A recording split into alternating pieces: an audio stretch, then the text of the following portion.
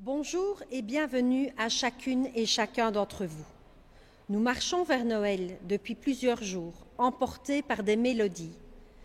Ces mélodies nous ont mis sur le chemin de l'attente de la venue de Jésus. Et c'est ce que nous allons célébrer ensemble. Nous allons écouter un conte de Noël, mis en scène et lu par des élèves de 5e primaire de l'école Notre-Dame du Rosaire à Bressou.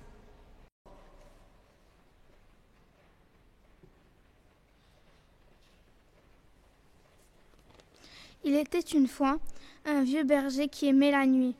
Il connaissait bien les étoiles et savait leurs noms. Appuyé sur son bâton, le regard levé vers le ciel, le vieux berger se tenait en haut de la colline. « Il va venir ?» disait-il. « Quand viendra-t-il » demandait son petit-fils. « Bientôt. » Les autres bergers riaient. Bientôt, c'est ce que tu répètes depuis des années. Mais le vieux berger ne les écoutait pas. Une seule chose le troublait, le doute qu'il voyait poindre dans les yeux de son petit-fils.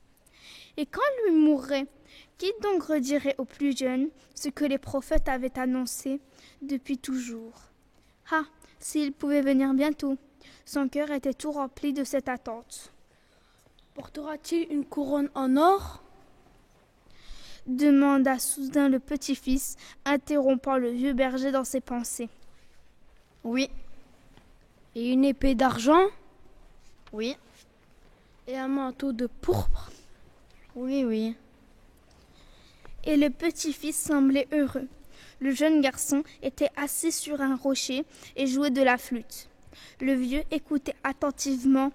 La mélodie s'élevait simple et pure. L'enfant s'exerçait jour après jour, matin et soir. Il voulait être prêt lorsque le roi viendrait.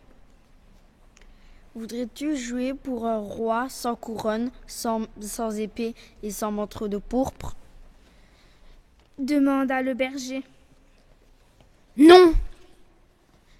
Répondit son petit-fils. Comment un roi sans couronne pourrait-il me récompenser pour mon chant ? Moi, je veux de l'or et de l'argent. Je veux que les autres ouvrent de grands yeux et qu'ils me regardent avec envie.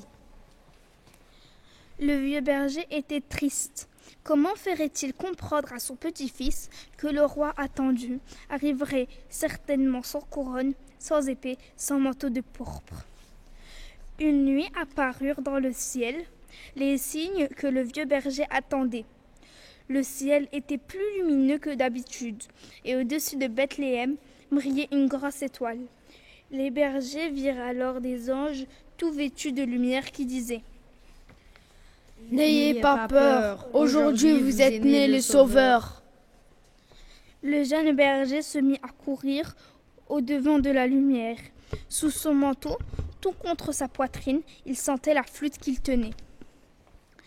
Il arriva le premier et regarda l'enfant nouveau-né. Il reposait, enveloppé de langes, dans une crèche, une mangeoire pour les animaux. Un homme et une femme le contemplaient tout heureux. Le grand-père et les autres bergers arrivèrent bientôt et tombèrent à genoux devant l'enfant. Était-ce là le roi qu'on lui avait promis ? Non, ce n'était pas possible. Il se trompait. Jamais il ne jouerait son chant ici. Et déçu, tout rempli d'amertume, il s'en retourna et plongea dans la nuit. Mais bientôt, le jeune berger entendit le nouveau-né pleurer. Il ne voulait pas l'entendre. Il se bouchait les oreilles et continuait sa route. Pourtant, les pleurs le poursuivaient et lui perçaient le cœur.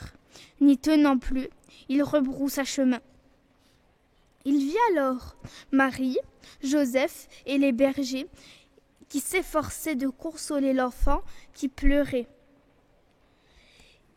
Il ne pouvait plus résister.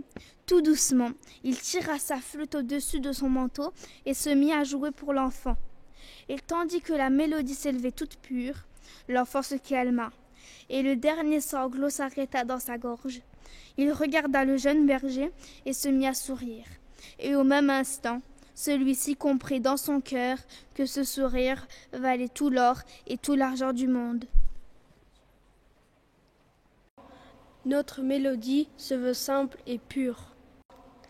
En famille, à l'école, Seigneur, donne-nous le savoir-faire chanter nos vies avec simplicité, douceur et amour.